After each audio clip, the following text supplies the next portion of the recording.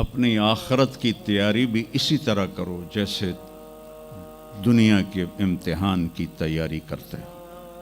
آپ نے حضرت علی کا ہاتھ پکڑا اور یوں اپنے سینے سے لگا لیا اور فرمایا اترضی ان یکون منزلک مقابل منزلی، علی تجھے مبارک ہو، جنت میں تیرا گھر میرے گھر کے سامنے ہے۔ تو وہ رونے لگے۔ لیکن یہی علی جن کو خوشخبری ملی ہے کہ تیرا گھر میرے گھر کے سامنے ہوگا، کسی کو یہ خوشخبری نہیں ملی سوائے مولا علی کے، وہ رات کی مناجات میں روز تڑپتے روتے ہوئے یہ کہتے تھے آہن آہ من قلت الزاد و بعد السفر و وحشت الطریق، ہائے اللہ، ہائے اللہ، ہائے اللہ، میرے پاس عمل تھوڑا ہے۔ تھوڑے عمل والے کا گھر نبی کے گھر کے سامنے بنتا ہے؟ میرا عمل تھوڑا ہے، رستہ تنہا ہے، کبھی دیکھا نہیں اندیکھا ہے، یا اللہ پتہ نہیں میرا کیا بنے گا۔ یہ روز کی پکار اور مناجات تھی۔ اور پھر دنیا کو کہتے الیہ تغررتی، دنیا تو مجھے دھوکہ دیتی ہے، ہی ہاتھ غری غیری، چل دفعہ ہو جا کسی اور کو دھوکہ دے، میں بتتو کی ثلاثہ، میں تمہیں 3 طلاق دے چکا۔ تو جن لوگوں نے آخرت کو بنا لیا وہ کامیاب ہیں، اور جن لوگوں نے آخرت کو نہ بنایا تو وہ کچھ بچے ہڈ بلوں کی ویسی نام لے لیے ہیں، سیر کے لیے گئے کشتی کی، تو وہ کہنے لگے ملاح سے چاچا تنو کیمسٹری آمدی؟ اس کہ پتر اج ہی نہ سنیا کی ہوندی ہے؟ اس کہ تینوں پتہ نہیں ایسی سپیریئر یونیورسٹی دے سپیریئر لڑکے آئیں، سانو ساری کیمسٹری دا پتہ ہے۔ دوسرے نے پوچھا چاچا تو فزکس پڑھی؟ کہ میرا بچہ میں تو اج ہی نہ سنے، ساری حیاتیہ بیڑی بائی ہے۔ تو چاچا تیری ادھی زندگی چلی گئی، ادھی زندگی ختم ہو گئی، سانو ایک اسی سپیریئر دے سپیریئر بچے، ساڑا برائٹ فیوچر۔ اتنے چھک موج آئی تے کشتی ہوئی ڈاواں ڈول۔ اس کہ پترو ترنا سکھیا ہی نے،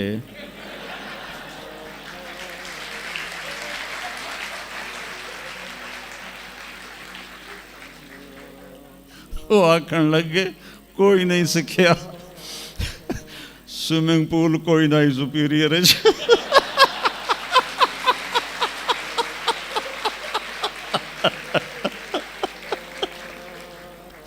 تو وہ ملا کہنے لگا پترو میری تو ادھی گئی تو تہاڈی ساری گئی۔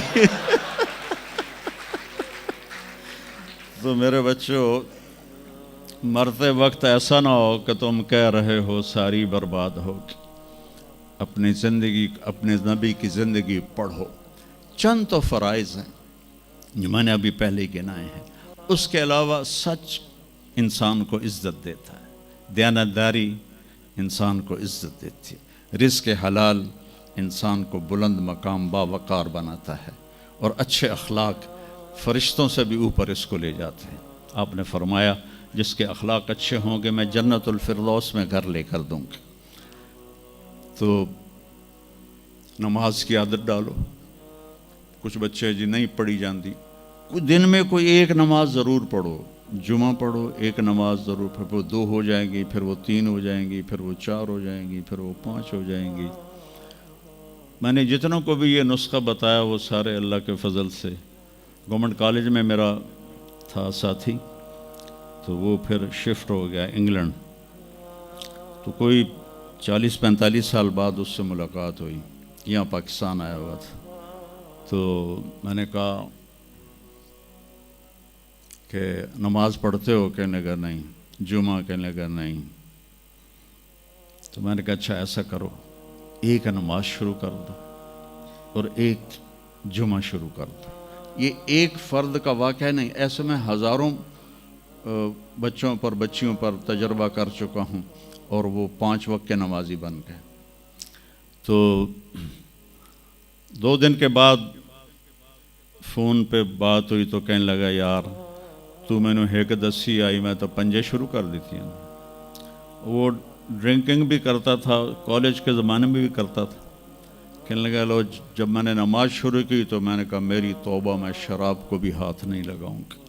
نماز ایسی چیز اپنی زندگی, اگر کسی کے لیے رخصت ہوتی تو حضرت امام حسین علیہ السلام کے لیے رخصت ہوتی میدان کربلا میں.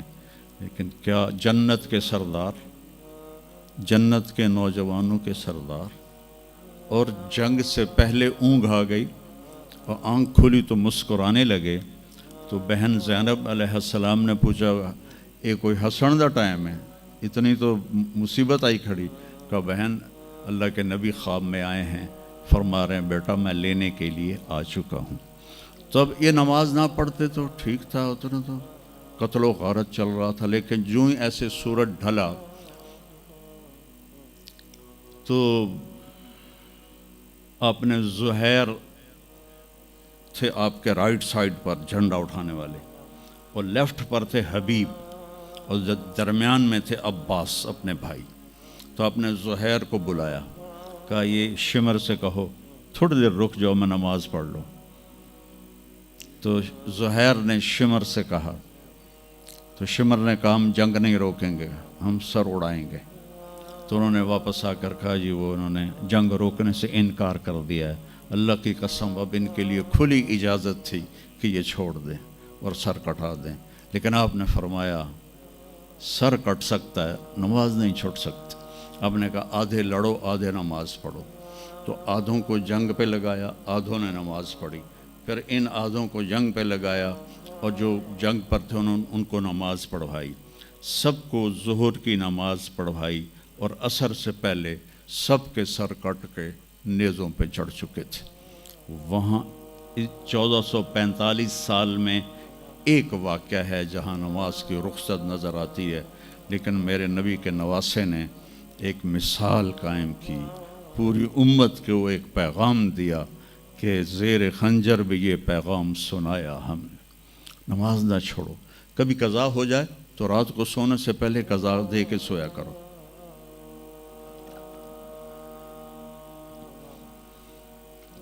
آپس میں کوئی لڑے ہوئے ہو تو کم از کم آج اتنی میری مان کے اٹھنا کہ صلح کر لینا. یہ کوئی بچیاں آپس میں کسی سے بول چال بند ہو, یا آپ بچوں کی آپس میں کوئی بول چال بند ہو, تو ایک دوسرے کو معاف کر دینا. اس سے آپ کے دلوں میں علم کی روشنی زیادہ آئے گی. آپ کے دل میں بغض ہوگا تو علم آئے گا نہیں. تو اگر اپنے حافظے کو اچھا کرنا ہے, اگر اپنے حافظے کو, تو دل سے سب کی نفرت نکال دو, اور پیٹ بھر کے کھانا نہ کھاؤ, اور اپنی نظروں کی حفاظت کرو. آپ کا حافظہ 16 سال والا رہے گا 70 سال تک. حافظے کو خراب کرنے والی یہ چیزیں ہیں. پھر جن سے پڑھتے ہو ان کو عزت دو, ان کا ادب کرو, ان کا احترام کرو. باب العلم ہے حضرت مولا علی, کہا میں غلام ہوں اس کا جو مجھے ایک لفظ نہیں ایک حرف, جو مجھے ایک حرف بھی سکھا دے علم کا, میں اس کا غلام ہوں. تو جو آپ کے ٹیچر ہیں یا لیڈی ٹیچر ہیں, جو آپ کو جو کچھ بھی پڑھاتے ہیں, ان کا احسان ہے آپ پر. آپ ان کو عزت دیں, ان کو احترام دیں. ان میں سے کوئی دعا دے دے گا آپ کا کام بن جائے گا. تو میں اسکول میں تو دعائیں لے نہ سکا استادوں کی, لیکن جب میں مدرسے میں داخل ہوا تو میں نے اپنے سارے استادوں کی دعا لی ہوئی ہے, ان کی عزت اور ان کے احترام سے. تو چونکہ آج کل بہت زیادہ آزاد ماحول ہو گیا ہے, تو وہ اپنے ٹیچر کو ایزی لیتے ہیں کہ کوئی ان کی بے عزتی کر دے, کوئی ان کے آگے بگڑ جائے تو اس کو برا نہیں سمجھا جاتا. لیکن بیٹا کتاب ایک ذریعہ ہے, علم آسمان سے آتا ہے, اور اس کے میں ذریعہ استاد ہوتا ہے. اور استادوں کو بھی کہتا ہوں کہ اپنے منصب کا خیال رکھو, اور اپنے پڑھانے کو اپنا فریضہ سمجھ کے ادا کرو. سر سے اتارنے والا کام نہ کرو, اور بھاگا دوڑی والا کام نہ کرو, بلکہ اپنی نسل کو تیار کرو. جس دن ہم اپنا علم یہیں سے حاصل کریں گے, اور باہر یورپ جانے کی بجائے اپنے ملک میں ہمیں اپنا علم ملے گا تو پھر ہماری عزت کا دور شروع ہو جائے گا۔ جب تک ہم علم میں غیروں کے محتاج ہیں تو ہم انہی کے محتاج رہیں گے۔ تو یہ چند ایک باتیں آپ کی خدمت میں ہیں، اور جب آپ کو چھٹیاں ہوں تو تبلیغ میں کچھ وقت ضرور لگائیں، اس سے آپ کو فائدہ ہوگا۔